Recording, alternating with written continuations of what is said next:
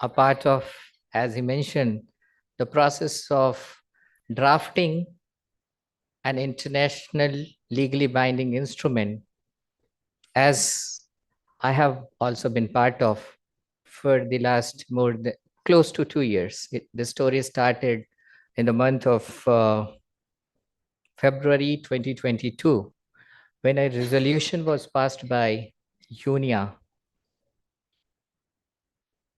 regarding setting up of intergovernmental negotiation committee for the draft treaty.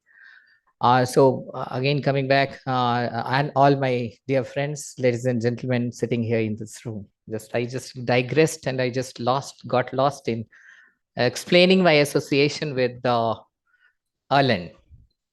So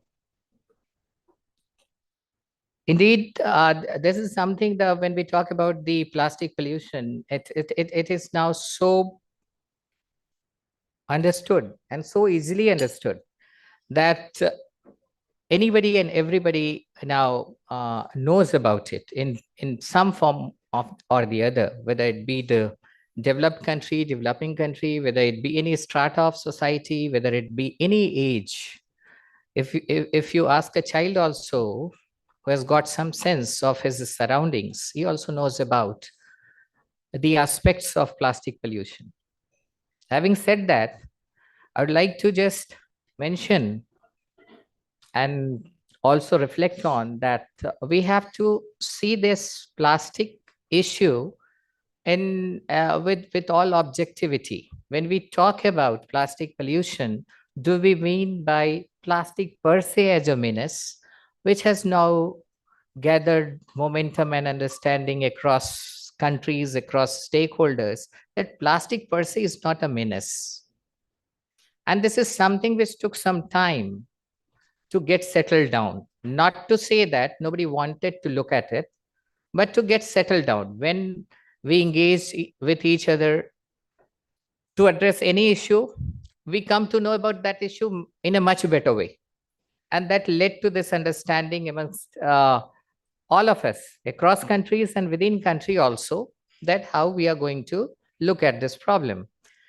And that was the fundamental basis of the UNIA 514. The number is UNIA 514 resolution that will be remembered for a long time, maybe decades, that would result in the proposed treaty.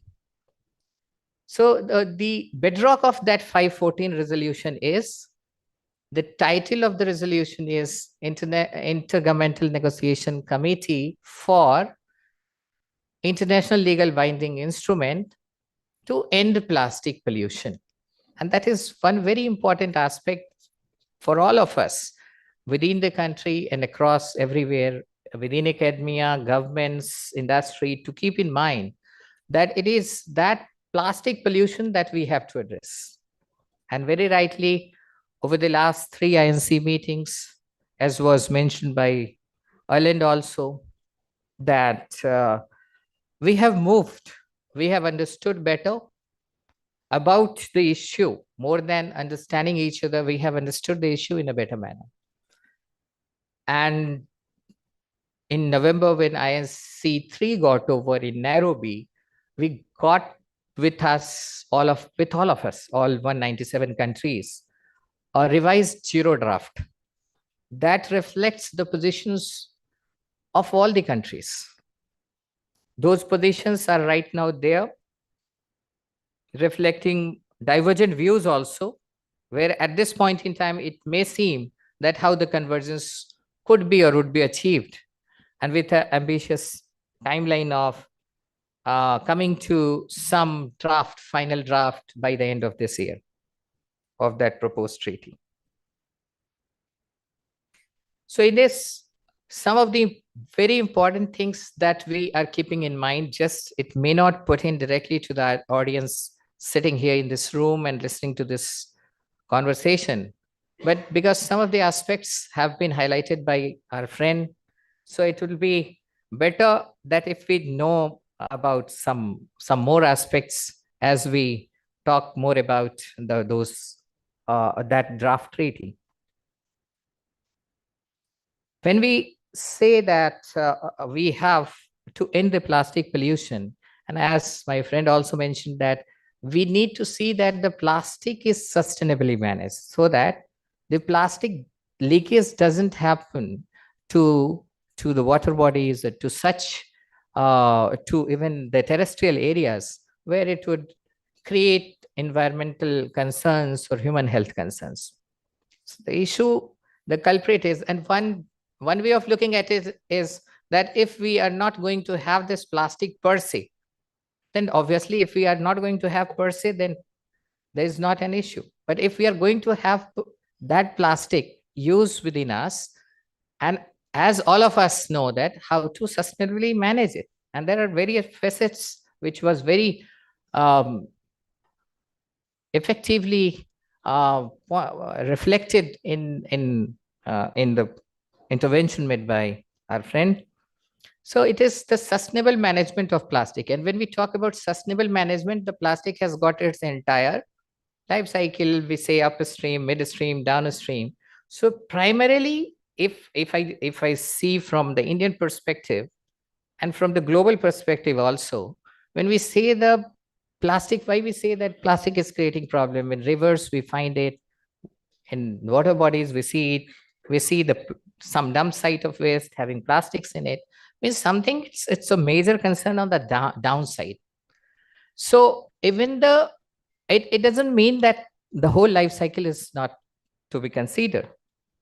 If you are going to use hazardous chemicals which have been banned, so this is not good, because you cannot recycle it, you cannot refurbish it, or even if you go for its incineration, it will produce some toxic gases. So it is not an environmentally sound disposal of the plastic waste. What I mean is that we need to give due importance to each stage of that plastic, that is full life cycle of plastic, but differential weightage. And that differential weightage is different for different countries. So if you talk of the developed country, you will see that the waste gets managed in a better way. So the whole thing, I'm taking the cue from the discussion itself, it's the sustainable management of that plastic. And how that sustainable management of that plastic will happen across the globe in all countries is something that has to be looked at. And when we talk about it, that is why the second important principle that is embedded in UNIA 514 resolution is that the proposed treaty will develop taking into account the national circumstances and capabilities. And that is the basis. I see the basis in this point. So the waste management is differential in different countries. The upstream management is different in different countries. If I say that I need to do upstream interventions, agreed. So we need to take out certain chemicals, we need to make products, design changes in products so that it is recyclable and all those reusable.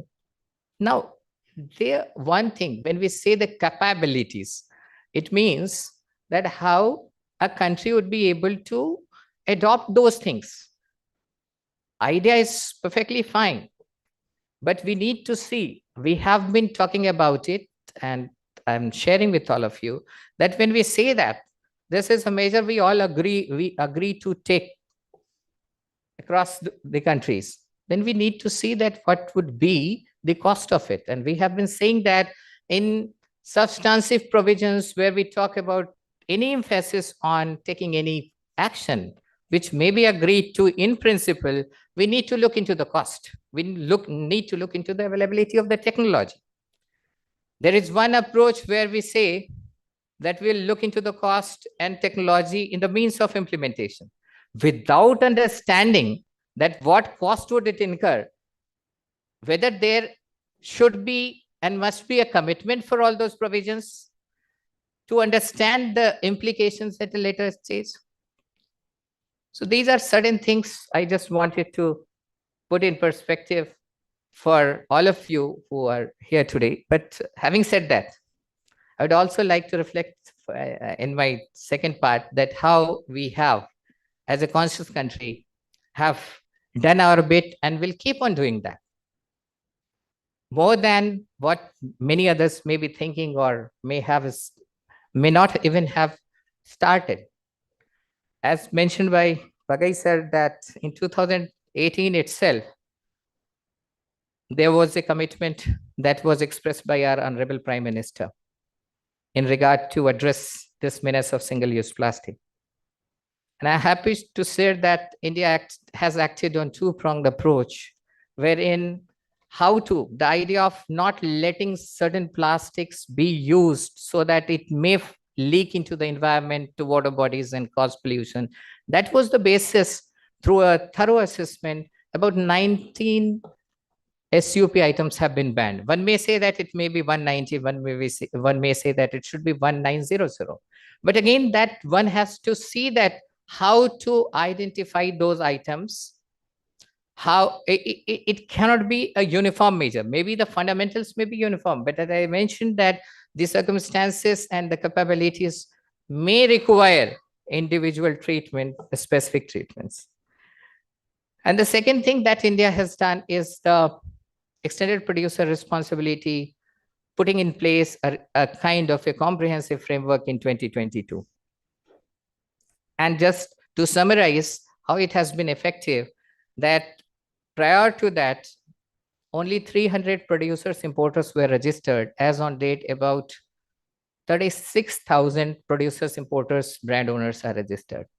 One may say that a large number or large chunk is of importers, but in terms of the plastic waste obligation, the packaging plastic waste obligation for 2023, the PIBOs had about 33 lakh tons, that is 3.3 million tons.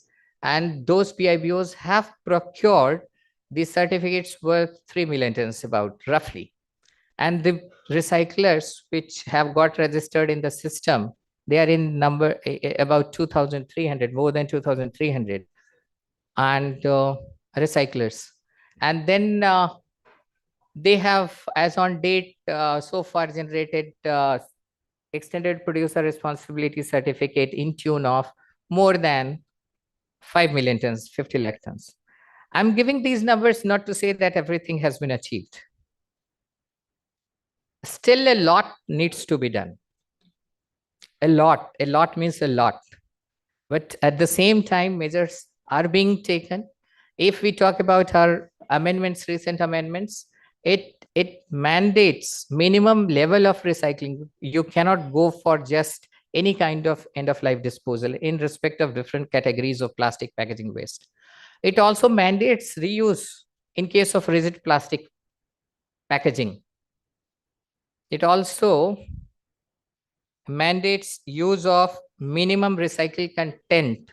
So there's something that how to go about the sustainability aspect of the plastic in respect of plastic packaging. And I would like to reiterate here, again, repeat here, in fact, that in case of plastic packaging, it is mostly, in case of plastics, we are more concerned about this plastic menace because of the plastic packaging which gets littered the most. There may be some other plastic waste, plastic which becomes waste and may become part of the litter, plastic waste. But the majority of that plastic waste constitute of that plastic packaging waste. And if we are going to effectively and sustainably manage that waste, then that is definitely going to bring a difference. A lot many things there to share. I'll not take much of the time. I'll just mention and would close my conversation with this, that as a country, India, and as citizens, we all are quite serious and very much cognizant of the emergent concern out of this plastic pollution. And the country per se and the citizens, we all have our different roles to play in locally, in nationally, as well as internationally. And I look forward to that each one of us as a citizen or as a country or industry play our bit of role in sustainably managing this plastic issue in a way that the humanity survives for eternity. Thank you.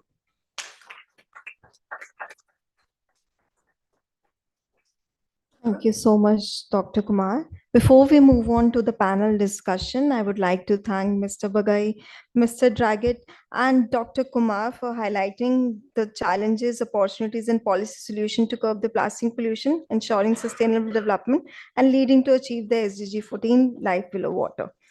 And next, moving on to the next segment, panel discussion. I would request flow management team to put the 10 cards. And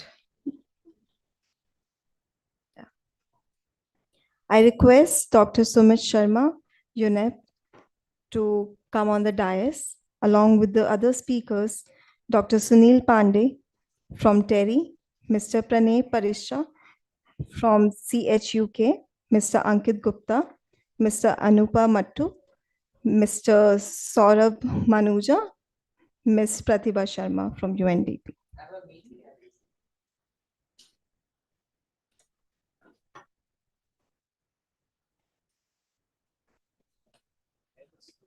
Yes, yes.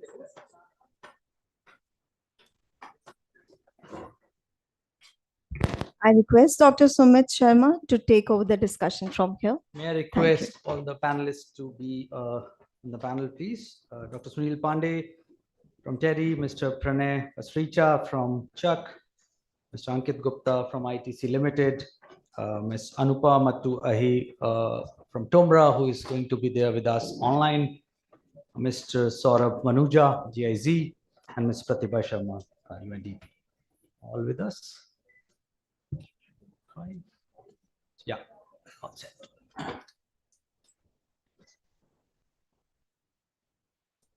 Okay, so thank you so much.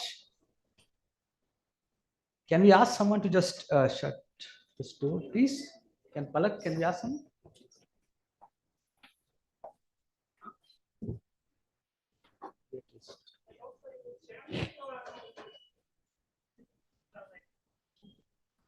We can pull a chair.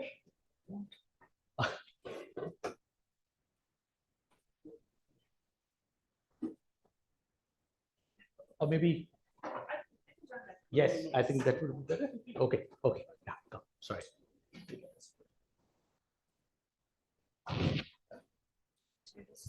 Okay, so we got the glimpse of what is happening in the negotiations. When we saw the inaugural perspective put in by Erland and a perspective from the Indian side, from Dr. Satendra Kumar, and we can assume what is going to be the scenes in the INC4, which is going to happen very, very soon in next 2 months, negotiating this important treaty of, aiming towards forming the international legally binding agreement for ending plastic pollution. But there is a lot, as Dr. Satendra Kumar said, there's a lot which is happening in the country. And why? We know how big is the issue. By now, 9 billion tons of plastics has been produced, more than a ton for 8 billion people living in this earth. We have a variety of impacts seen on the aquatic life, the marine life, climate. There's a report which says that by 2040, about 1/5 of the carbon budget can be attributable to plastics production. So the impact is, can be seen in the form of microplastics entering our bodies through different means, to a drain which is getting blocked due to presence of plastics in our waste. So it's a whole range of plethora of impacts which are visible. But as Director MOEFCC said, there are a lot which has been done. And in terms of policies, we have at least 2 major policies in place. One for, phasing out the single-use plastics, selected 19 single-use plastics items from the stream, and the extended producer responsibility for plastic packaging. And there are associated challenges which people are observing when they are trying to implement these policies on ground. So this panel is about discussions of those kind of challenges which we are observing on the ground and possible solutions to overcome those challenges. So I'll request all the fellow panelists to focus on those particular challenges so that we can move ahead in the debate and we don't talk the same stuff as we do in many of these conferences.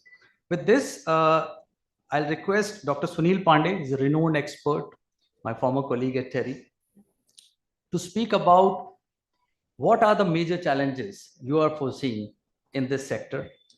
And if you want to highlight some solutions, that's also fine. But then others can also chip in with solutions. Over to you, sir.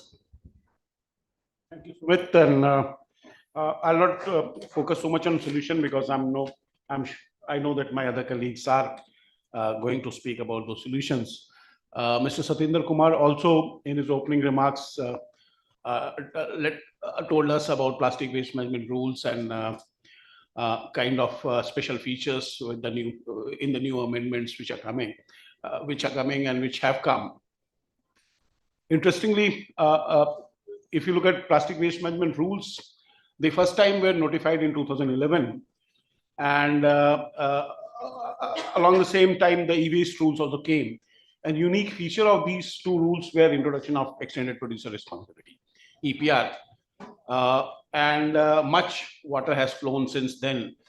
If you look at notification of 2016, and which is also centered on EPR and learning from various countries on how EPR has facilitated collection of waste and recycling of waste, and so that was incorporated also in the rule. And good heartening feature of the rule also is that rule we for the first time seeing that rules being amended so frequently, because earlier it never, I mean, there was very rare amendment happening once the rules were notified. It got amended in 2018, it got amended again in 2022, and again another amendment is in the process. So what this indicates is that EPR was introduced, a framework for implementation of EPR was introduced, but it took time for us to mature into actual implementation of extended producer responsibility. So that basically is the journey if you look at plastic waste management rule. And also a key feature of EPR was also to forge a partnership, because we know the ultimate agency which is responsible for waste management in the country, if you look at urban area, if you look at rural areas, are the local governance bodies. But they, I mean, we also know that most of them don't have required infrastructure, required finances, and ability to raise finances to meet these challenges. So that is where EPR, as we understand, acts as a bridge between what we call PIBOs and urban local bodies or rural local bodies, and also stakeholders which are in between the value chain, which are looking at, say, for example, collection agency, aggregation agency, and also agencies which ultimately process the plastic waste and issue the credit. And much of it, if you look at, has happened through establishment of EPR portal at the Central Pollution Control Board side. And that also from the initial hiccup, when because it needed extensive data regarding functioning of the many of these PIBOs, financial health of these PIBOs. So many were scared, I mean, if these data are put in the portal, whether it can be misused.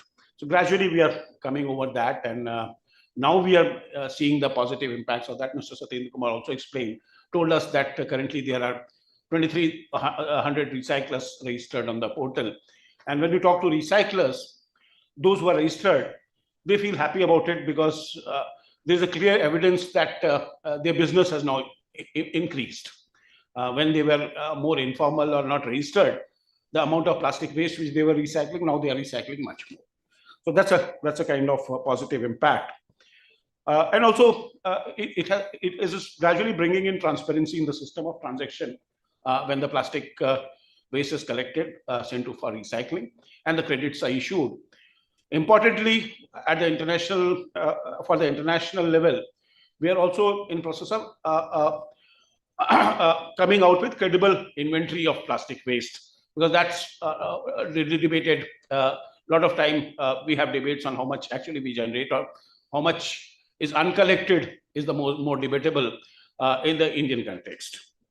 So if you look at this, And also a little comment on EPR, because EPR actually, if you look at many countries, EPR was supposed to actually lead to some design changes, some reduction in waste. But currently, the way it's functioning in India is more end of life, more looking at, we assume that plastic waste has been generated. Now, what is the responsibility of different stakeholders in facilitating collection of generated plastic waste? And if you look at current way of managing waste, two positive things have happened parallelly. One is introduction of Swachh Bharat Mission, various activities under Swachh Bharat Mission, phase 1 and phase 2. And second is provision of EPR, especially if you look at plastic waste, and which has catalyzed some of these later interventions, which my other colleagues would let you know about how these have resulted in improvement of not only plastic waste collection, but also recycling. There are some of the challenges which we perceive that we have been debating this. I mean, 2 days back, again, we were in another event 2 days back. And some of these challenges which still remain in terms of implementation of plastic waste rules.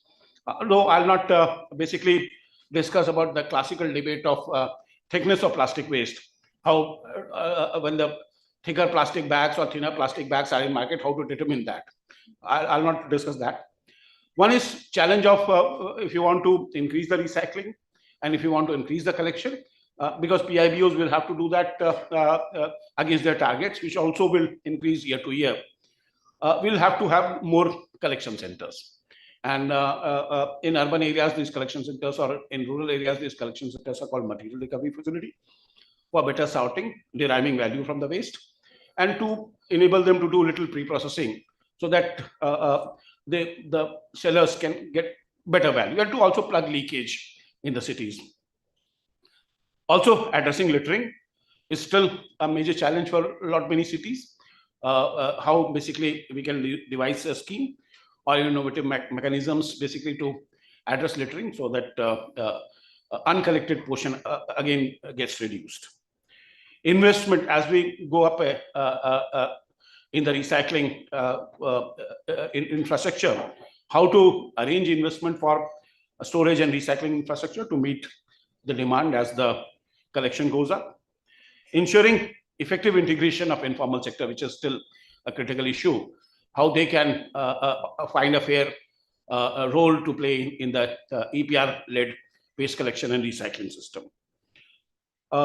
Day before yesterday, I was also talking to my other colleague in a different forum. So he is into recycling business, and he says that there's still some confusion regarding multi-layered plastics, because if you look at category 4, it primarily is metallized multi-layered packaging, which is those wafers and all, and also Tetra Pak.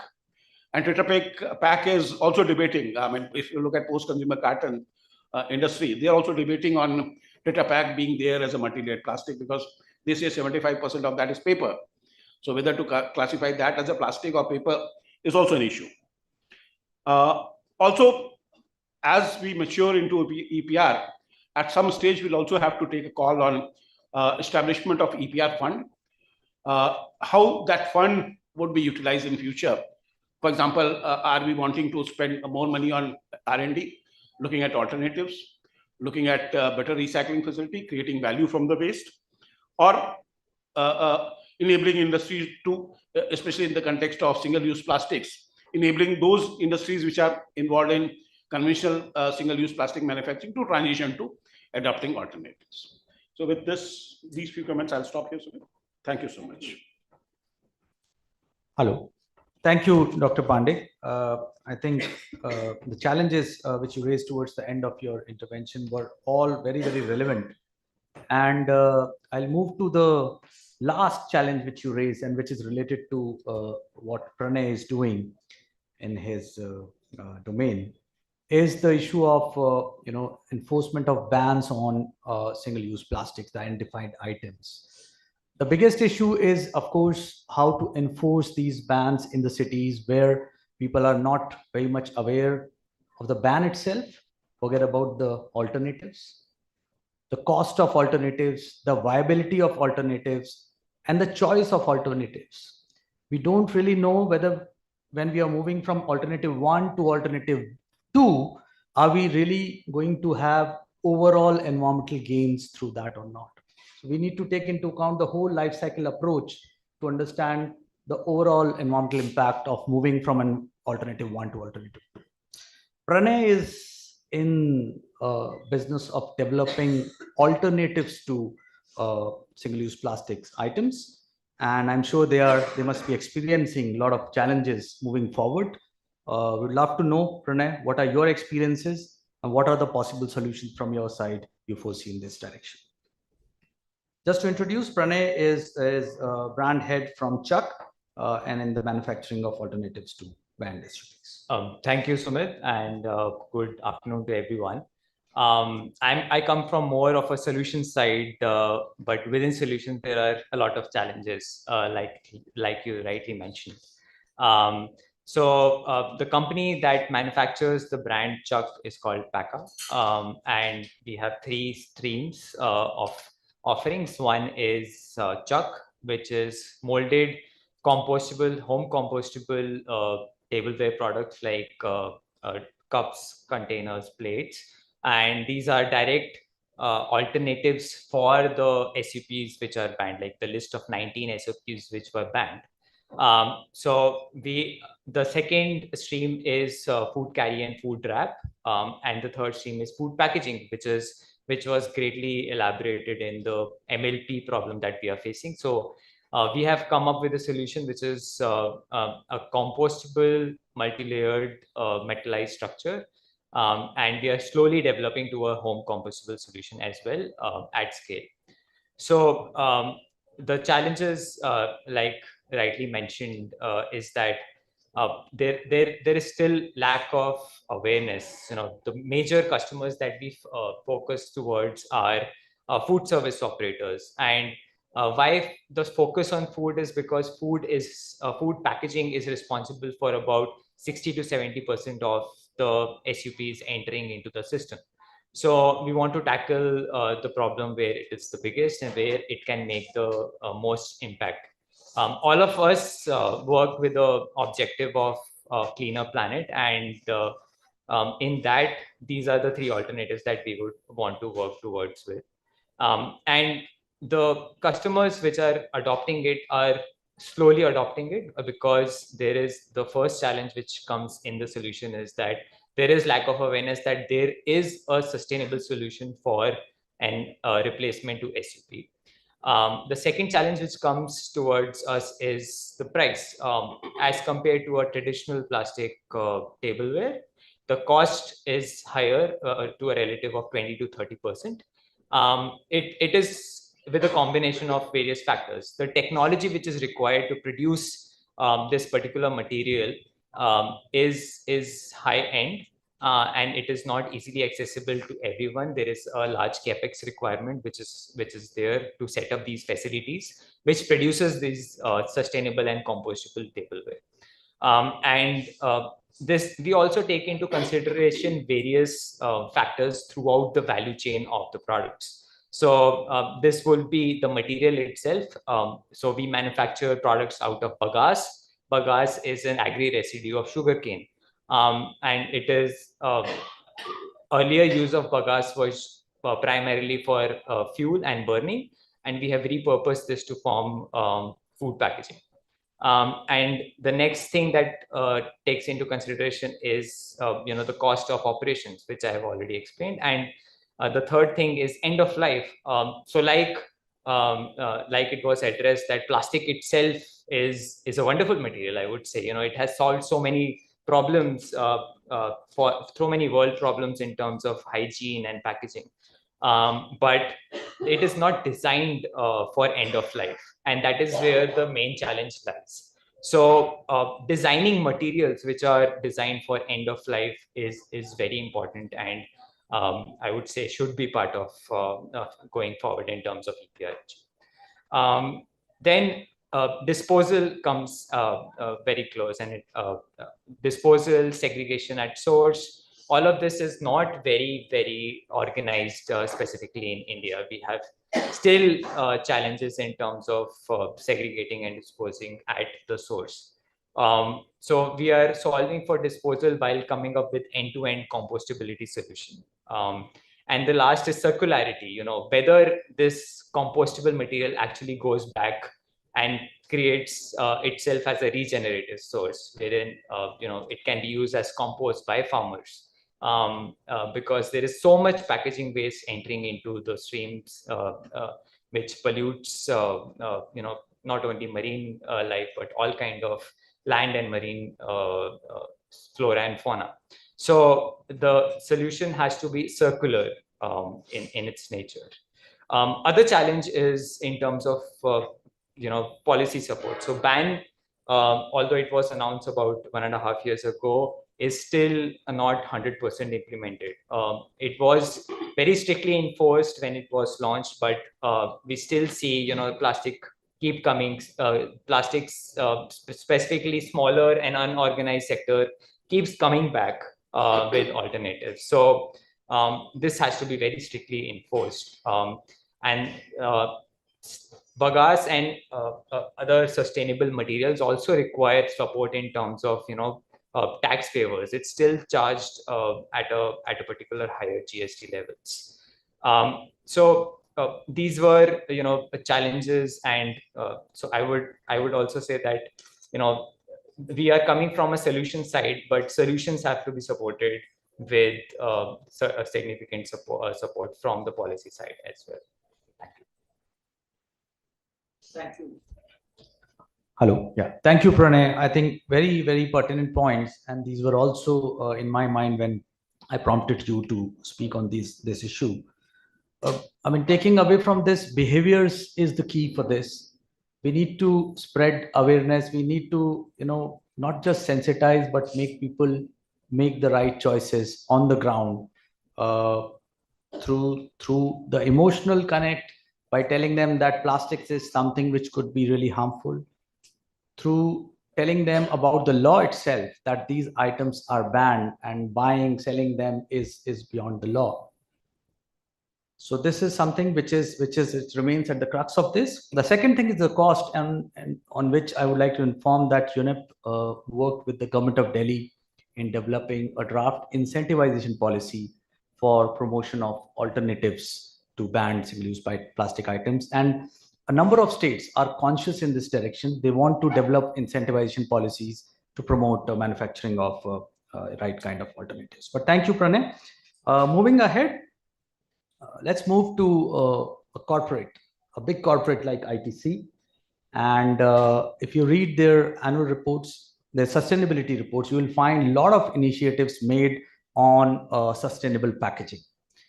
And it has connect with the EPR, because if you change the way you package, you can actually reduce your burden on EPR and generating those kind of credits which are required to be done under the EPR regime. So Ankit, my question to you are multifolds. One is how you are trying to deal with your low value plastics, if I may say, the packaging which goes out to the downstream as low value and no one picks them up because they do not provide immediate incentives. How you're dealing with EPR as a regime, and as a sustainable packaging solution. What are the offerings from the ITC as a corporate? Thanks, Sumit, and thanks to the fellow panelists for the earlier comments. I mean, I don't want to make it sound that it's so easy to work in this space. It's quite complex, even though we have achieved a lot, as you mentioned, even going beyond what the law requires in many cases, but it has not been easy. And I mean, I speak for one company, but I'm also aware that I have a lot of industry peers from large, small, medium-sized companies. It's not been easy for them to comply to the requirements as such. On the question of, I think, low-value plastic, which often tends to be multi-layered plastic also, I think in your question itself, you prompted to a solution on incentivization. So the problem is twofold. I think one is just designing better packaging. The other is to focus on the collection and incentivization part. So we've done work on both sides A lot of hit and trials we've carried over the last 4-5 years, learned a lot of insights to help us scale up what we have achieved. So on design, I think we look at how, I mean, there's a reason why any brand would have multiple layers, in their packaging, because each layer serves a purpose. You need barrier properties, you need the product to be protected from oxygen, water, light, and so on and so forth. So quality, I think it was mentioned earlier also, that's the reason why you would have that packaging in the first place. But of course, it is difficult to manage, both from a collection point of view and also end of life recycling. While it can easily be mechanically recycled, but that's not the best solution that you would want for your packaging to have at the end of life. You would want, for full circularity, you would want to depolymerize it, get it back into packaging. Right now, that's not happening.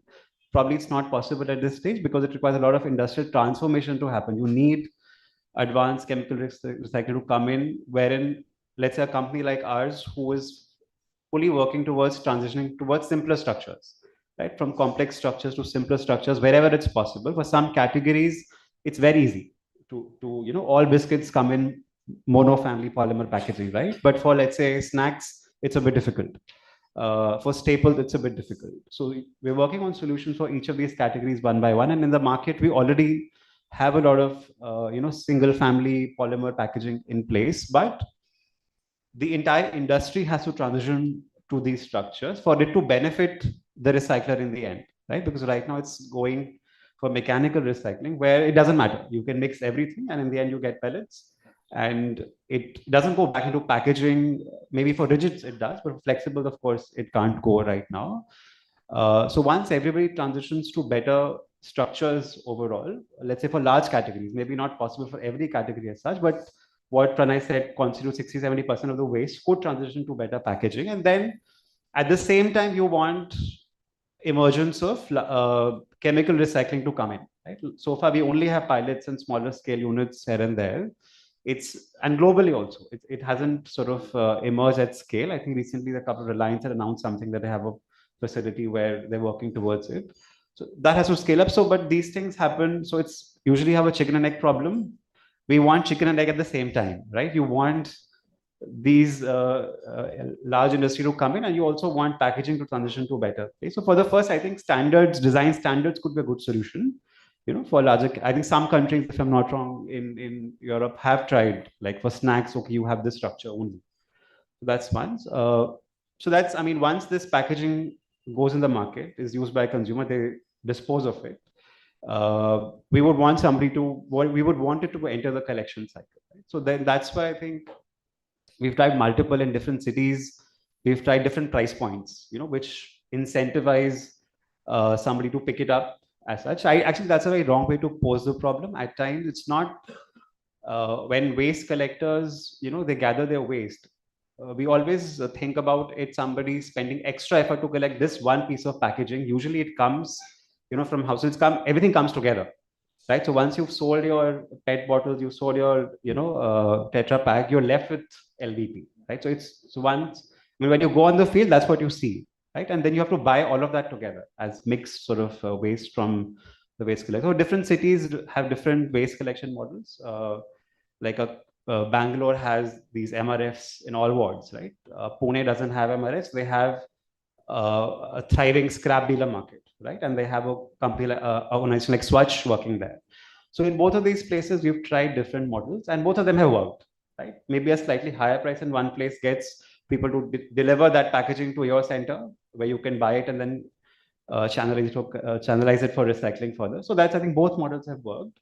In both models, you need source segregation to happen, right? So our focus also on behavioral change at the same time. It's not that you just put a price and you get good quality waste. Unless you don't have source segregation, you will not get good quality waste, which will be fit for recycling. It will otherwise go for, incineration only. So that's on the LVP part specifically. On EPR at large, I think as Mr. Satyendra said, that EPR has, for us, it has 4. I'm discounting the single-use plastic ban because that's already been implemented by large companies successfully. So you have to collect waste from the year from 1st of April. You need to make sure some of it gets recycled. So 30 to 50% starting next year has to go for recycling. And the year after that, from 25, 26, we need to reuse rigid packaging, some part of it, and we need to ensure that there's some recycled content across all packaging that's there. So on the first two, I would say medium to high success rate across the industry. Everybody will manage to meet their targets on collection and recycling. I think it was mentioned that capacities and targets are more or less in sync, so that may not be a problem. But if you go a bit deeper, I think recycling is a bit of a challenge, because you want there to be a compliant recycling industry on the ground who have all the norms in place, health and safety norms, environmental norms are being followed. That's, I think, still a concern, where I think the pollution control boards are working towards making sure everybody's up to the mark. On recycled content, for some polymers, it's easy. Like for PET, you have solutions. You can go and buy a recycled PET. We're already doing it. A lot of brands are already doing it. HDP is also available. We already have a good number of players in India who are supplying recycled HDP. But for PP and PE, there are no solutions right now. So that's a big challenge. And so even in there, I would say rigids is easier. Flexibles is much more difficult. But flexibles, if you have PET, then we've done it. We've launched a soap wrapper which has 70% recycled PET film. In Savlon, we've done that. So there's a lot of readiness that's already there. Some bit of readiness not there. And reuse is somewhere I think the most amount of innovation needs to happen, because for categories like food and personal care, where you have skin contact, and there, how do you ensure they're able to get back packaging and reuse it in a way that meets the standards that are there? So that's a big question mark. I think where we have not seen even globally solutions that have worked at scale. I think a lot of industry might and regulatory might has to go behind solving this problem for sure. Overall, I would say outside these 4 targets, I think we need to aim for true circularity at the end of the day, where we also have to accept that it will not happen in the next couple of years. It's an end goal. So there are some transition solutions that we have to be okay with, right? For example, if we are trying to introduce paper-based packaging, right? We've launched something which has 25% paper. We've launched something that has 55% paper. We've launched something that has 70% paper. But for us to get to 100%, there's a lot of innovation that needs to go into it. But we're still launching those products, right? So it's not as if you wait only for the 100% solution to come in. Same holds true for mechanical recycling. It's a very important part of the solution, right? We have to accept that there'll be many end-of-life solutions that will be part of our menu of solutions in the end. Some of it will go into road making, some of it will go for mechanical, and mechanical also has a couple of variations, right? There's compression molding. So we have to accept all of these as feasible solutions and make sure that they all become compliant while keeping our eye on a full transition, that eventually you want fully circular advanced recycling to come in, which may not deal with 100% of the problem. It may still cater to 30-40% at the end of the day, but we have to move towards that. Just one last comment. I think you alluded to carbon budget in your opening remarks. I think the carbon lens on packaging has not been put so far, right? We've not thought about whatever solutions that we are transitioning to. How does it fare on the carbon parameter? Like how does the carbon scale?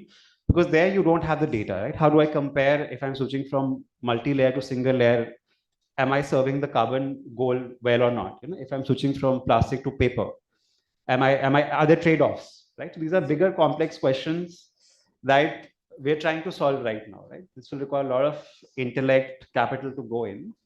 But I would say that all the wheels are in motion, right? And a lot of innovation is happening in India for these solutions to come in. So that's a very good, and the regulation has been the principal driver, I would say. They have really pushed everybody to the front to get, more and more startups to come in, more and more ecosystem players to come in, and has empowered a lot of sort of grassroots organizations to really look at inclusive waste collection models as well. That's another lens that we look at this problem from, that I think somebody mentioned that it's not completely compliant right now.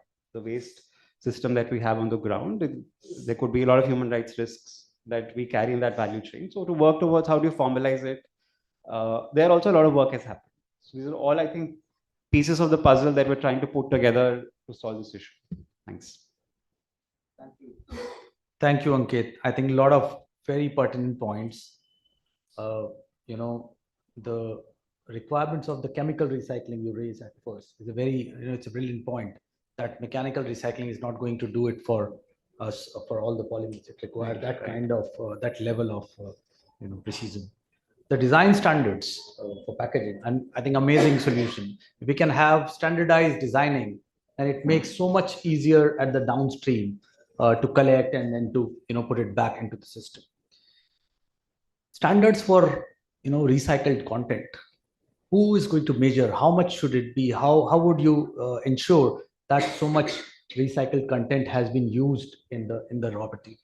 I think he raised a very important point there. And of course, reuse is something, as he mentioned, it is posed as a challenge. But our EPR rules clearly states the requirements of compliance to the standards. I mean, the targets have been given from 2025 onwards. So all of these are pertinent questions, and we would look forward to a corporate giant like ITC to take lead in that direction, and would love to take it forward from there. Thank you, Ankit. Thank you for your input. Moving on to Anupa. Anupa, are you there online? Okay, she's there. Hi, I am. Yeah, Yes. thank you. So we look forward to your intervention. She is the Vice President, Business Development, TOMRA, a Norwegian company providing solutions for plastic waste management, segregation, and working very cohesively in India in number of states. And they have number of solutions, and I'm sure they must be facing a lot of challenges in implementing those solutions in a country which is so diverse in terms of geographies, cultures, and so many things which may come your way when you're trying to implement these. Over to you, Anupa, for your intervention for next 8 minutes, please. Yeah, thank you, Sumit. Thank you for the opportunity, and hello to all the co-panelists. It was very interesting to listen to different perspectives from policymakers to industry and to people who are trying to bring transformation. I want to simplify the problem for a second. I want to remind everyone that, yes, we are trying to solve a very huge problem here. But there are some existing solutions that have made a significant change. And they have not made a significant change in just solving the plastic end-of-life management, but they have also had a very big macro impact in terms of changing behaviors, in terms of creating green jobs, and in terms of showcasing how important policy can be for not just creating the law, but also changing mindsets and pushing the industry to be more creative. Well, where I come from at TOMRA, we have been 50 years in the game. My role is to lead public affairs in Asia. And essentially what it means is we have collected a lot of knowledge over 50 years, which includes a lot of success, a lot of failure, a lot of trials, and a lot of engagement with a variety of governments around the world, starting with Europe, which is where the company was from, and then taking those solutions to other parts of the world. The biggest challenge we face in this, and our solutions exist in collection side, largely through reverse vending machines, which our company invented. But we have not limited ourselves to the collection of a certain style. We are innovating. The heart of the company is in innovation. Probably one of the very few companies that puts a large chunk of their revenue back into innovation. We have our own very high ambitious goals, and we are supporting also the INC process through High Ambition Business Coalition. We have our own recommendations for the INC Treaty, and we are very, very actively working with a variety of stakeholders in this space. Why do we do this? It's not just the technology we want to sell. We want to talk about the enablers all the time, because that's where we sustain the solutions, both financially and both environmentally. These solutions exist, but why is it so hard to get them to Asia? And what is the biggest challenge with Asia? What I find is that Asia is seen as a culprit, right? We are a huge plastic production economy, very reliant on plastic. so therefore we are contributing greatly towards the use around the world. We are also seen, and when I say we, I'm talking about Asia collectively, we're also seen as the biggest polluters of marine, and the top 5 countries are probably all in Asia that are polluting our oceans. But what we are not being seen as is also, we will be the biggest victim. The highest impact of greenhouse gas emission, carbon, is going to impact Asia, or is already impacting Asia. And what we are also not seen as are leaders in leading the solutions. We often talk about informal sector, and we talk about inclusion of informal sector into all these solutions. I have a very huge problem with that. I agree that there is a lot of reliance and there is a huge community on informal sector, but we've all talked about the issue with non-standardized recycling solutions. So the cure is actually bigger than the problem itself, because you don't know what is happening downstream with the material collected. It's not licensed, and you have no way to manage it, but you want to include them and you want to plug into them as they are. You cannot design the future of a country with these kind of systems. You really have to think about upskilling them and creating a system. It could be a parallel system, no problem. It could be privatized, no problem. Why is there a problem with that? That should not be a problem, but it should be licensed, compliant, and it should be futuristic. That's where the solution is. Our policies should drive towards behavior change. Arlen talked about one of the biggest problems that they have seen ever since they started the process is the use of plastic keeps growing. If you want to counter that behavior, you have to create a behavioral solution. If you are going to continue to use the plastic, you also have to learn how to manage it when you've done with the use. The answer is in behavior in this space, and the policy will support that. When I talk about solutions in Asia, we have solutions in sorting. We sort, our technology is very advanced. We can sort anything. We propose holistic systems. We propose centralized material recovery facilities. We help with end-to-end design, even in aspects where we are not directly selling our technology. Why do we do that? Again, it is to bring efficiency to the entire framework. When we bring these solutions, the deposit return systems for collection of used beverage containers, when we bring these solutions such as the centralized material recovery facilities, you don't need source segregation for 10 different material types at home. Really, who's going to do that? If you visit Germany, and most of you might have done that, they have a lot of bins there, right? If those people in the room who have visited there, if you go and lift one of those bins, you will find plastic in cardboard bin. You will find cardboard in another textile bin or whatever that might be. Compliance, even in a country with such high recycling, is really, really hard to manage at consumer level. You have tourists, you have people, and this is not their priority. We are trying to simplify that. We have solutions for that. Of course, I need another hour to talk about those solutions and how we can design. We were talking about low value plastics. We have done demo projects in Europe where we have partnered with Borealis and other companies. And we have tried to create very high quality recycled PPP from city waste collected. And so mechanical recycling to a great extent can give a lot of solution. It may not give 100%, but what is stopping us from addressing 30% of the problem or 50% of the problem? That is something. The deposit return systems alone have shown that they attract a lot of recycling investment. They have a huge cascading effect. They showcase a change in behaviors. They can impact 30 to 40 to 50% of your litter problem and leakage into marine. So that is significant. They have a huge carbon impact. So why are we so hesitant to introduce these systems that have been tested and tried in last 30, 40 years in a variety of countries and bring those solutions into here? So in trying to solve 100% of the problem, we are hesitating to already learn from what the world has tried, failed, piloted, tested. The technology is there. we can start with it. Of course, we can innovate, grow. There may be chemical recycling. There may be other polymers breaking down to whatever you want them to, but we can start somewhere. And for those, I welcome anyone who would like to have any demos or study tours, or even the knowledge that we have created and compacted into a lot of research papers and white papers that we are very willing to share. And again, it's not just linked to our technology.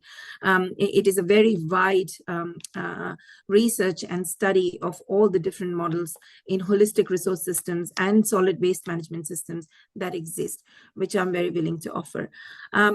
My really keen desire is to see Asia take the lead, of the 5 INCs. There's just one in Asia. It's in Korea, almost a little westernized in many ways. I would have loved for it to be in India or in Vietnam, or where the bulk of the leadership should be coming from. So I think we need to be front-footed on this. We need to really look at what can really address a large chunk of the problem now, and then how do we build the society of waste pickers and the workers around these systems. Biggest challenge I face is, Sumit, responses like beverage bottles are not a problem. Informal sector picks them up. We have 90% collection rate. Well, you have 90% collection rate, but you don't know what is happening with those 90% bottles. Imagine they are being recycled in a way that is probably creating 200% of the problem in the first place. But like I said, I'm very willing to share anything on our technology and overall concepts and systems and white paper with anyone in the room who might be interested. Good luck with the process. Thank you.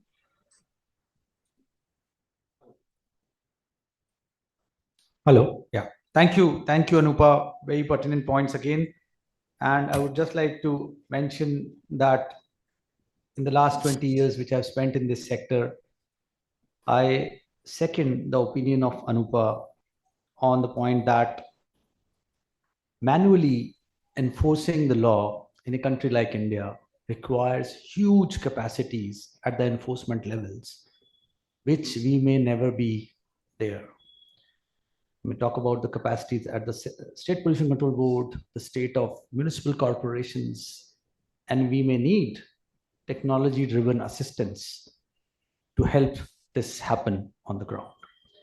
Be it the case of plastics, be it the case of emission management at the industry level, we may need technologies which can help humans to make these changes or shift happen faster on the ground.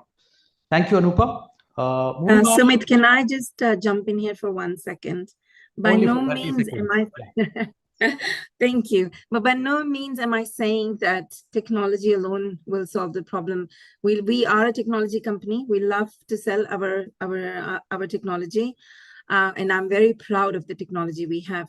But technology is just an enabler. It can only sustain in a policy-based framework where there is enough time spent in educating consumers and all the stakeholders in the value chain. I generally find that countries like India, Vietnam, China, they just rush into solutions and putting out the state-of-art technology. We have seen a lot of RVMs being planted left, right, center, to no avail. So they don't exist on their own. These systems are living, breathing organisms, and everything needs to work in sync. And so therefore, I'm not promoting lack of framework at all. I must make that very clear. Yeah. Thanks so much. The point is taken, Anupa. Yes, thank you. Yeah, thank you so much.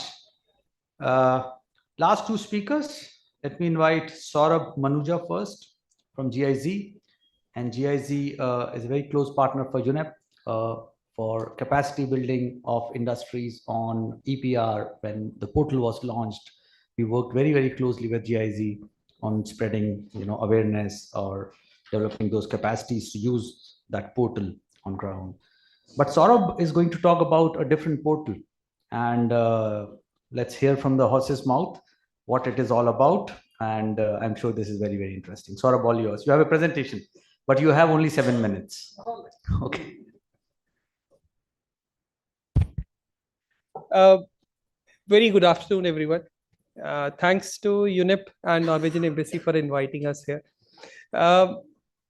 Hearing all the discussions today, we are all clear that we are towards a common vision, and there are different missions around us. Somebody from an industry, somebody from alternate product side. What I heard, two things from two speakers earlier. One is we need to have sustainable waste management. Dr. Pandey also reiterated we also need to have more material collection facilities or recovery centers. Yes, Rule 2016 of solid waste management brought with it this clause that every ULB will come up with a material recovery facility. So for that, every city started with MRFs. But what was happening in that MRFs was a question. To answer that question, I'll show you something that ministry has come up with. To begin with, I must tell about the marine litter projects in GIZ. There are two sister projects. One is on circular economy solution, which you have been listening since the session started, about EPR portal. The project lead is already there at the back. That has come up with the EPR portal that Dr. Sateen was also talking about, with PIBOs getting registered, PWPs getting onto it. There is also a national dashboard on single-use plastic and plastic waste management 2016 getting implemented by states, where states and union territories will have to submit their action plans on 10 strategic different things. Well, I'll not go into that. Rather, my objective over here is towards another thing. I come from the Cities Combating Plastic Entering Marine Environment project. The main focus that I would like to flag over here is the top line. Enhanced practices, including digitalization tools to prevent plastic entering marine environment, are established. Although the project started with an objective to target marine litter, but we understood that it is not only plastics that enter into marine litter. It is all the dry waste that has been like flowing through different channels into water bodies and causing a disaster. So we said from where it is coming from, and we found that most of it comes from unmanaged waste from cities. Unmanaged waste from cities, then how to manage it? The answer was you need to have more collection facilities, better management system, better segregation in cities, and come up with a solution that what is happening in MRFs is monitored. For that, a baseline assessment was done. Different recyclers got interacted. We did some 85 plus interactions with various industries to identify what is it that you want. They said, we want glass. We said, okay, we'll bring you glass. Is that enough? No, we want glass in 5 different colors. The one that recycles glass in green color will not take a clear glass for recycling, or the one that takes flint glass or a clear glass, it will not take an amber glass for recycling. These are different industries, they require different products. Similarly, plastics, all plastic materials have different melting temperatures. You can't recycle PVC with PET. So to answer that, we came out with what all materials a MRF will have to deliver to a recycling industry. And somehow we found there were 52 materials that an MRF will have to come up with if they want that to directly take it up to a recycling industry. Although there are traders in between who take up mixed plastic or mixed glass and then segregate it at their level and then deliver it to the industries. So that was done. We did a pilot to identify whether it is feasible for an MRF to feed data in that way, or to deliver that type of materials to a recycling industry, have a linkage with that. We also did waste characterizations to understand this feasibility and waste compositions. And then we started developing a portal where MRFs can feed data of what came in today, got processed, of what got processed, what is in stock, what went out for recycling, for energy recovery, road construction, or got disposed. The one that was in stock also is made available for the recyclers to see, okay, this is something in stock at a particular MRF in a city. or at a particular MRF of a state in a particular city, where they can get in touch with that person and get the material transacted. So that portal came up at Mahua's website. Currently, this is live on Mahua's website. You can go on SBM Urban and click on button Sansadhan. This is what you will see. There are somewhere around 40. Okay, this is an old slide. There are 4,925 MRFs as on date in the country, which are there on this portal as well. The portal is also integrated with another site. So this is also mobile user. What happens over here is, look at the last 4 messages. It integrates for ULB with the monthly information system, which is the MIS that the currently municipalities or ULBs use, which is Swachhata portal. Both the portals are integrated so that data from MRF can directly flow as city's performance. Secondly, it enables a recycler to get connected for the materials. So somebody sitting in Port Blair can post material, and somebody sitting in Kolkata can see, okay, this much of glass is available in Port Blair. He can give a call, get a connect, and make the transaction happen. Not only that, the transaction acknowledgement certificate can also be achieved. So in future, if EPR comes in a way that, okay, we will want the target to be, it has to be waste generated from a city or a post-consumer waste into scene. So that acknowledgement certificate can also be generated from a city. What the portal enables is, there are 5 stakeholders. One is a company that is allowed to search for material, get an acknowledgement certificate from a city. Second, the basic unit is a material recovery facility. A MRF has to maintain a daily register on this portal of what is going on. Whatever goes on in an MRF gets analyzed in form of charts and pies. It gets posted as city's performance. Cities clubbed can be seen as state's performance, as well as you can see the national performance. I'll just take few more minutes to show you how it shows you, because you will not get an access into the portal without an ID and a password, but I have this for you. The first is a dashboard of a state where you see what is happening with the incoming waste, mixed waste, or you got organic waste. I'm sorry for such a small screen, but the pie chart shows you the mixed waste that came in, the dry waste that came in, organic waste that came in, or household hazardous waste if it was coming. The pie chart below shows you what is in stock, what went out for recycling, energy recovery, road construction, or disposal. If we click on these pie charts, what it shows us is the performance of those particular cities in a state. So what you were seeing earlier was a state's dashboard. We click and we see, so this was Goa, I think, and it shows you what was happening in the cities of Goa. And a state can very well analyze what is going on, which city is performing, which city has an MRF running, operating, and which city has everything in stock and not putting out everything. And if we click on that particular city, suppose Panjim, it will show me all the 5 MRFs and what was happening. If there was a particular MRF which was not functioning, I can see as an administrator something going on in that particular MRF, or some MRF giving me some absurd results also that can be monitored. Not only this, you can also analyze different materials. It can show you what was happening with different materials, plastics, glass, metal.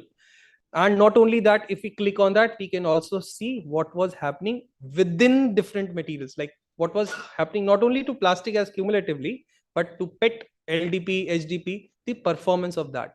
Even line graphs showing performance in different years, how at which period of time demand came in and materials were sent out for recycling. At which period of time more amount of glass got accumulated as stock. With that, I'll not go into deeper then. I know my time is over. Just to inform you all, Mahua came up with this portal last year. They did a pilot with 8 cities. The pilot got extended, got very well vetted, And now the portal is getting live for all million-plus cities and state capitals. Already 43 cities have been notified with their ID passwords and they are invited for trainings. Thank you.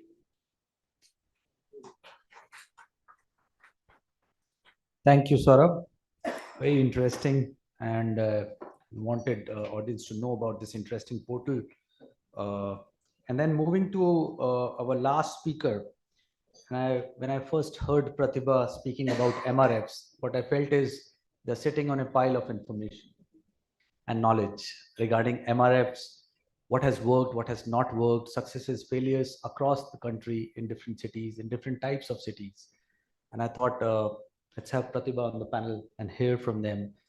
What is there to learn for all of us in this domain of MRFs, which all the cities are trying to establish to segregate plastic waste? Pratibha, all yours for 7 minutes.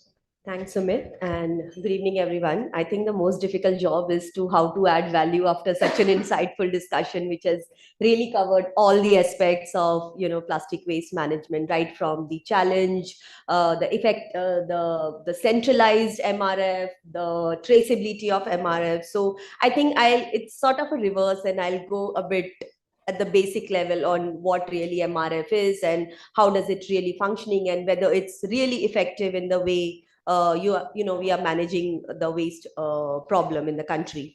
So, I mean, just for a common understanding, MRF, the material recovery facilities, they could be of 3 categories as per the definition and the standardization set by the Government of India under the SBM guidelines and also the SPIHO manual that's been published. So these are manual, semi-automatic, automatic, and it could range right from 250 square feet, what we have seen in Mumbai, to much bigger, like 15,000, 20,000 square feet. And depending upon the quantity of waste, it's catering to the kind of mechanization it has adopted and what kind of different materials it is using.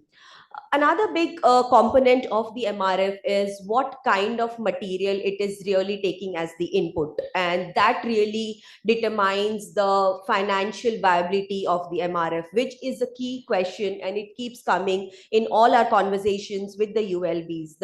So just to give you a brief background on how UNDP got into this initiative. So we started our program on plastic waste and circular economy back in 2018. And the idea was to really strengthen the existing systems of the urban local bodies rather than creating a new one. So understanding what the current processes are for waste management, understanding what the route map, how does the source segregation happens, where does the waste go, what happens to the waste pickers, how many of waste pickers are employed. So with the help of, and this was largely a public-private partnership that we initiated, and some of our initial partners were Coca-Cola, HCCB, Coca-Cola India Foundation, Hindustan Unilever, HDFC Bank. And in terms of the public support, the land that was given for setting up these MRFs was provided by the ULBs or the government, and including access to waste in many cities.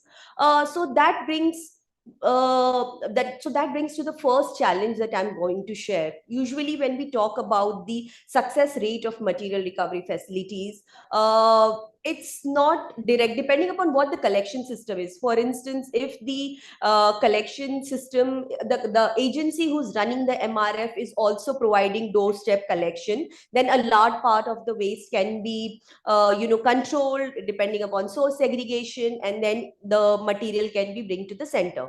So, for instance, the model that we were working on in Mumbai, where it was society to society collection, and the waste that used to come at the center, around 50% was reject waste. And by reject waste, I mean low value plastic, or it could have chindi, what they call to textile, it could have footwear, soil tissue papers, diapers, soil sanitary pads, broken glasses, blades, a lot of these materials which does not have a place. First, of course, it's very hazardous for handling by the informal sector who's handling it, and also it doesn't have a very strong ecosystem for, say, further recycling. And even if it has, it comes with a cost. So, Ankit, like you were also adding to, how you will, this ITC along with Swatch is incentivizing the model for MLP. So there aren't many models, in the current EPR regime where we see it's sort of transaction in the sense the PBOs are working directly with the registered recyclers, and it's the credit and wallet, the way it's working. But how do we ensure a part of the collection comes down to the MRF, wherein we are really strengthening the collection system of the ULBs, which for now has been really left to the market in terms of how they take care of the collection. And in this process, what's happening is a lot of reject material that adds to the burden of the ULB, that goes to the landfill. Still there is not enough incentive to take care of. And of course, we have also had conversation with cement company, and like co-processing has been considered as a stopgap arrangement to take care of the RDF. So transportation becomes the cost, like who will take care of the logistics? So there are many such questions when it comes to the financial viability of MRF. So it is essential to note that if you have a strong aggregator system, if you are dealing with high value plastic waste which is coming to the center, and some other systems, for instance the user fee from the collection, doorstep collection. So these models are required to actually ensure that the MRFs are financially viable.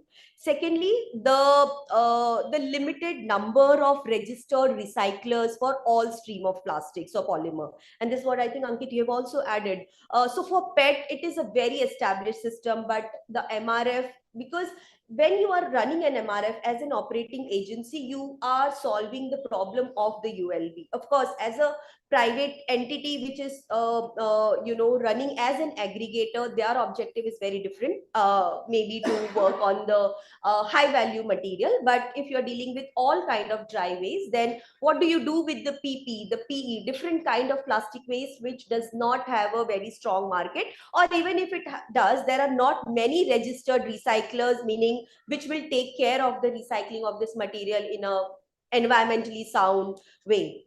The third issue that I would like to highlight with respect to the MRF is the whole occupational health and safety and the environmental, the way the material needs to be handled. And often that cost is also externalized because are the workers given PPE? Are they paid minimum wages or the standard living wages which is required?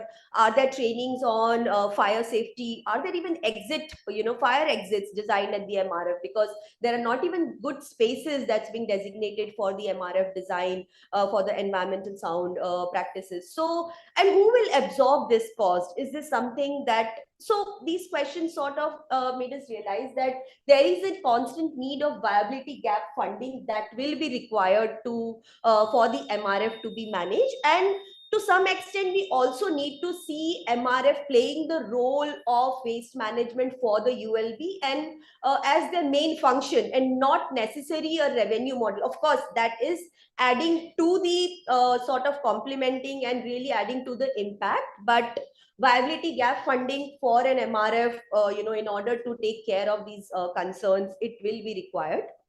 The fourth is the quality of material. So for instance, Saurabh, you mentioned about the 52 subcategories, and we were designing this MRF, and every time we used to make some demarcation. Okay, for the waste flow to happen, maybe this material will be stored here. Every 3 months there would be change, depending upon what kind of material. So for instance, if it's rainy season in Mumbai, you would see, if you travel in local train, a lot of consumers or citizens, they would use this plastic bag to, like an envelope to put their mobile phone, to protect the phone, and it's and you'll see just bulk of these material in rainy season. Similarly, in summer, the PET bottle, given the consumption of high plastic. So, and MRFs are not that big to have those kind of standardization, in terms of storage, in terms of how the material flow.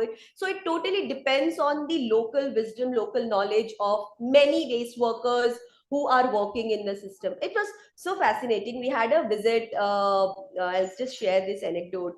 We had a visit from R&D team of Hindustan Unilever who were supporting this initiative. They had come from Europe, and they wanted to understand what happens to the Fair and Lovely tube, which comes in the waste. And It didn't require any scientific terminology, understanding or anything, but the waste picker or the sorter who was working on that material, they were able to just scratch the material on ground and tell you whether it's from the sound of it, from the feel of it, whether it's HDP, whether it's LD, and they have this local parlance like Kadak, Fuga. I'm sure. So sort of for even designing that portal, it must have taken tremendous effort, because every state, every ULB has a very local way on how they deal with waste. So like what I'm trying to say is the standardization in not just handling the waste, but like the polymer, but also the different kind of categories that is generated, that needs to be done. And the fifth point is source segregation, which again I would like to emphasize. In fact, in many wards, what we have seen is just working on source segregation doesn't mean you will get high value plastic in your MRF.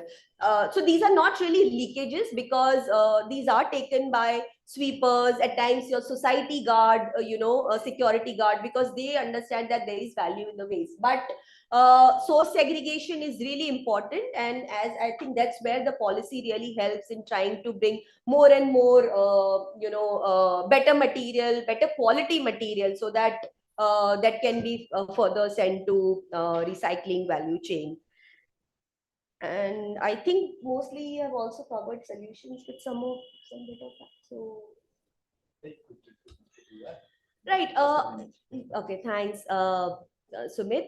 Also, I mean, while understanding the impact of MRF, I feel revenue is one of the important metric, but also how in terms of it is solving the problem of, say, your carbon emission. For instance, a centralized material recovery facility or a centralized processing unit, the amount of waste or the vehicles that you would transport from one place to that centralized unit versus in a decentralized model where it is much managed. Also the green livelihoods or the livelihoods that the MRF are being able to support. So I think the role of MRF in the waste management is very integral, and there are no second thoughts about it, but the impact of it and the metrics around it needs to be really articulated, so that revenue does not become the pitch for why the MRFs are needed in the whole waste management system. So thank you, and I hope this was useful.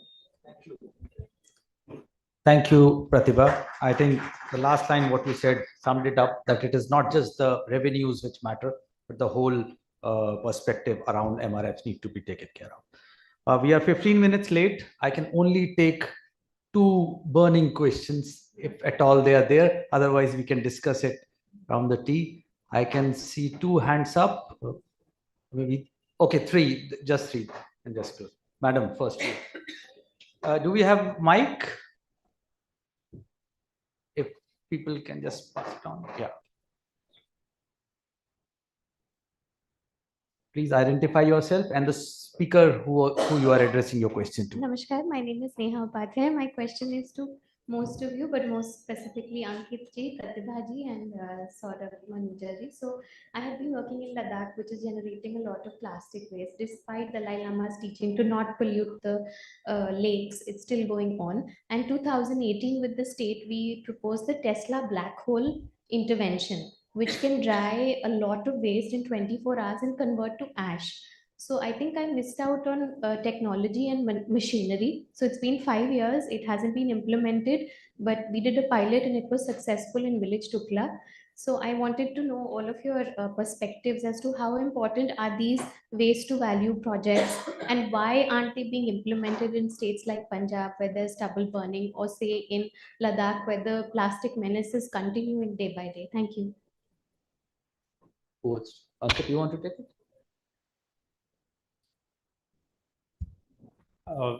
If I understood your question correctly, I think if decentralized solutions, especially for geographies which are disconnected from large hubs of recycling, that's, I think, extremely important for whether it's an island, that like Andaman Nicobar or far northeast stations or Ladakh, where it is impossible for most of the waste collection agencies to move waste, right? The bulk of the cost, for example, if the recycling cluster is in Chandigarh or near Chandigarh in Baddi, but the waste is coming from way up north, it becomes extremely difficult. Maybe, as I said, the cost benefit in environmental terms may not even make sense for you to transfer the waste from there to this place.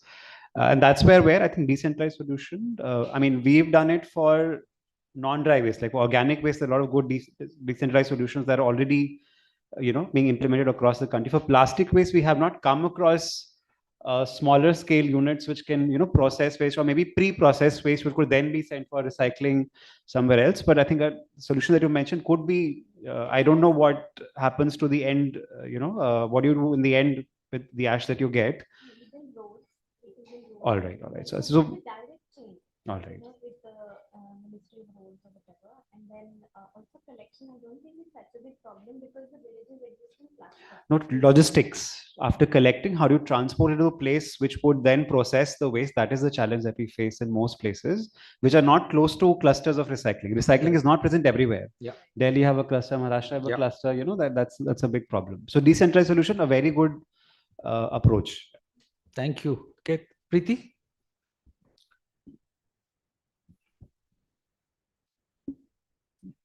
My name is Preeti and I'm from Toxically. We're an environmental group. So, my kind of intervention is both a comment as well as a question. I see that since our focus is on reducing marine pollution, I do see that a lot of the panel discussion is also towards the recycling aspect of it and not really the entire life cycle.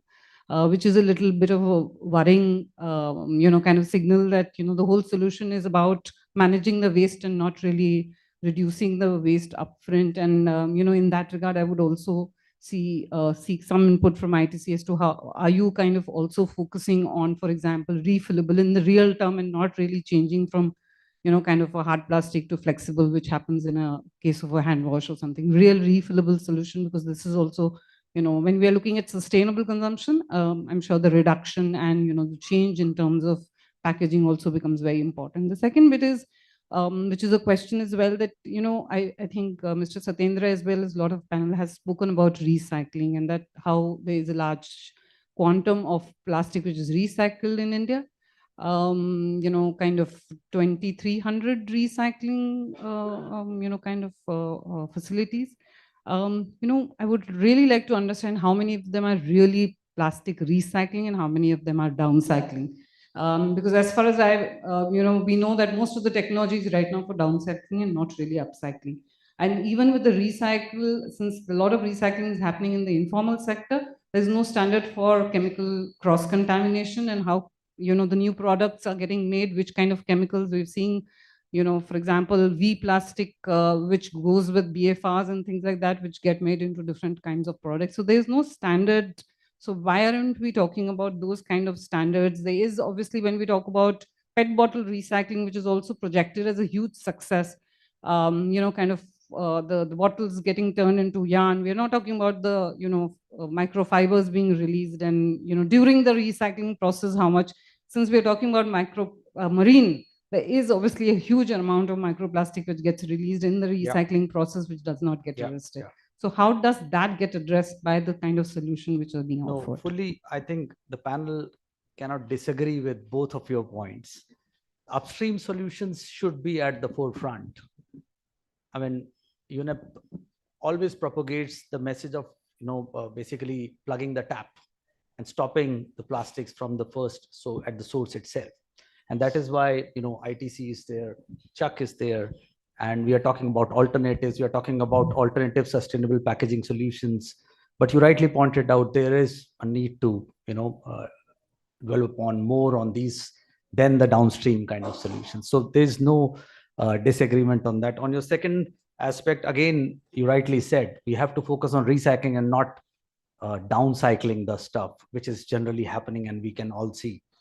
At the moment, I don't think we have the standards for recycled products, and that is what is needed. The standardization for the recycled content to be used in the raw material, all of this. So no disagreement. Both of your points are well taken. Sir, can we do away with your question? I've got this notice, but if you can make it very quickly, it's fine. Please go ahead.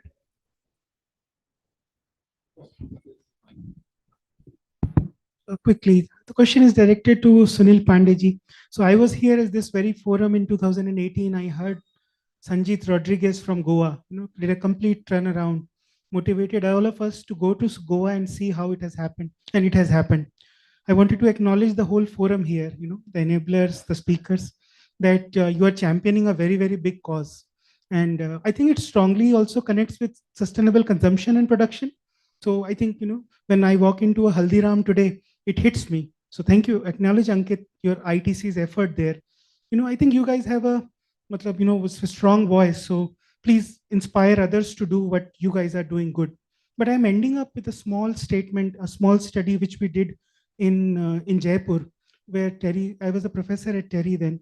So Manikant did his work on polystyrene. I'm talking about Bharat, not India. A lot of villagers, when they do these marriage parties, they cannot afford the good quality plastic as disposables, but everybody has to have a disposable. The disposal is a very important thing now in a marriage party, because if they serve in a plastic plate, doesn't sound good. The disposal sounds, I don't know, it is more disposal hona chahiye. So polystyrene, very, very low quality polystyrene, I don't know where it goes, and it's very, very tough. So if anybody from the panel or from the Norwegian group, if they can comment on that, can we take a more directed approach and a targeted approach by way of this forum to talk about and speak about polystyrene, and maybe somehow, say, it is not good. I want to hear from you, because I had left that study and it was something, Manikant said from his heart, sir, that is the problem. So anybody, or if not, then over chai. Thank you. I don't, Dr. Pandey, you want? Please. Yeah. Polystyrene issues actually is part of SUP ban, which was announced on last July. But obviously, I mean, polystyrene is a problem, and there's a clear trend towards reducing its use. There have been agencies who have been because it still is used as a packing material for heavy goods, especially. So there are agencies, also a good case study from Goa, where they have been able to recycle some of these plastic packaging and able to use the recovered polystyrene waste into the future polystyrene packaging which they make. So currently, that's the status we are in. And I thank all the panelists for this exuberant discussion. Let's give them a round of applause. And I request now Ms. Beate Langset to provide the concluding remarks. Thank you, panelists. I request all of you to please. Yeah.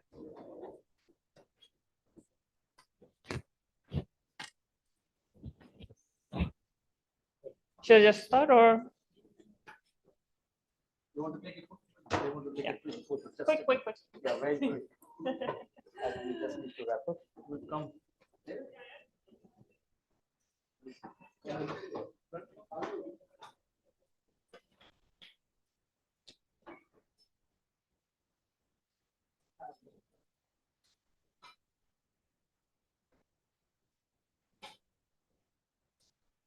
Thank you, Beate, audience. Okay, before you run out of the building, dear ladies and gentlemen, I will be short, I promise.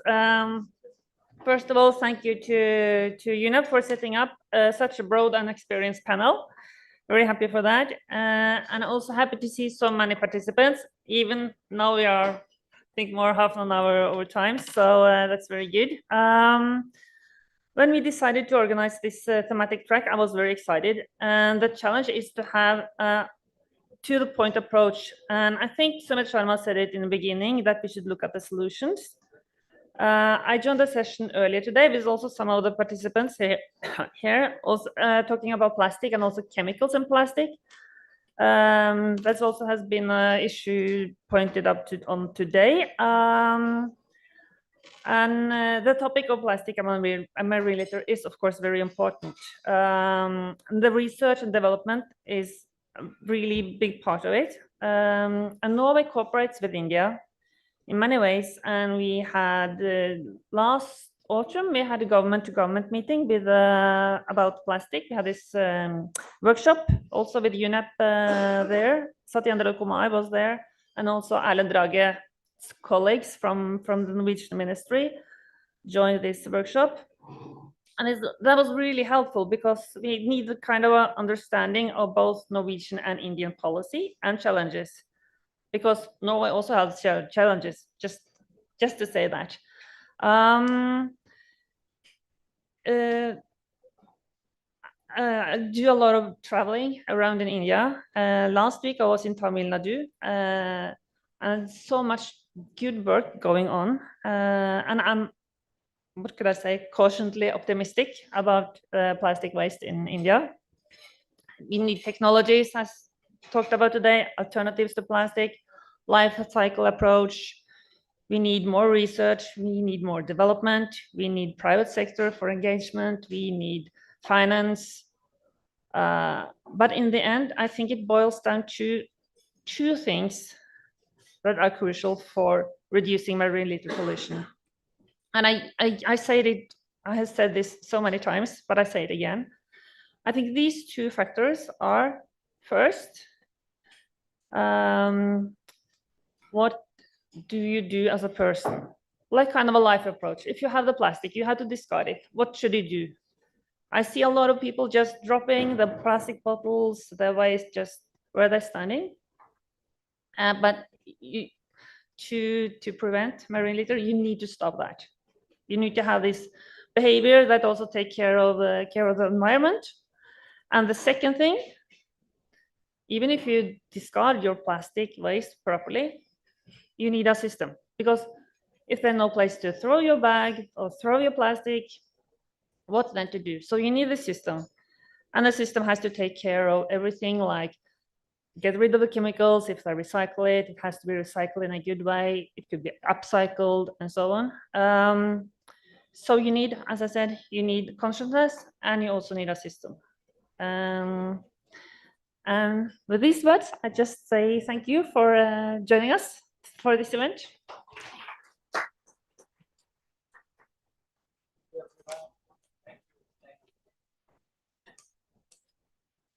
Thank you, everyone. Please also join us for the high tea served outside the hall, and also join us for the plenary at the Stein Auditorium. Thank you.